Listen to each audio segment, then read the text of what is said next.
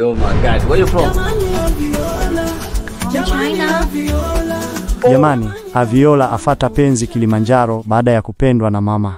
Awali ya yote, karibu sana kwenye chaneli yako pendwa ya Hastenic Production. Kabla hatujaanza simulizi hii kali na ya kupendeza, usisahau kusubscribe, kulike, kushare na kuacha komenti yako hapo chini. Kila wiki tunakuletea simulizi mpya zenye mafunzo, burudani na hamasa. Ni wewe na sisi hadi kieleweke. Twende sawa. Katika ulimwengu huu mkubwa wa mitandao ya kijamii ambapo watu hukutana kwa bahati nasibu, simulizi hii ya mapenzi ya kipekee ilizaliwa. Simulizi ya msichana mrembo wa Kichina aitwaye Aviola na kijana wa Kitanzania kutoka Kilimanjaro aitwaye Rajabu. Penzi lilozaliwa TikTok likakua, likachanua kama ua jekundu wakati wa machweo ya jua. Rajabu alikuwa kijana mtulivu, mwenye ndoto nyingi. Akiwa anasoma chuo cha mawasiliano Moshi, alipenda kutumia TikTok kama sehemu ya kujiburudisha. Siku moja akiwa amelala chumbani kwao, alivinjari video kadhaa za kuchekesha hadi akakutana na video moja ya msichana aliyekuwa akicheza nyimbo za mapiano kwa ustadi wa hali ya juu. Alifungua akaunti hiyo, jina lilisomeka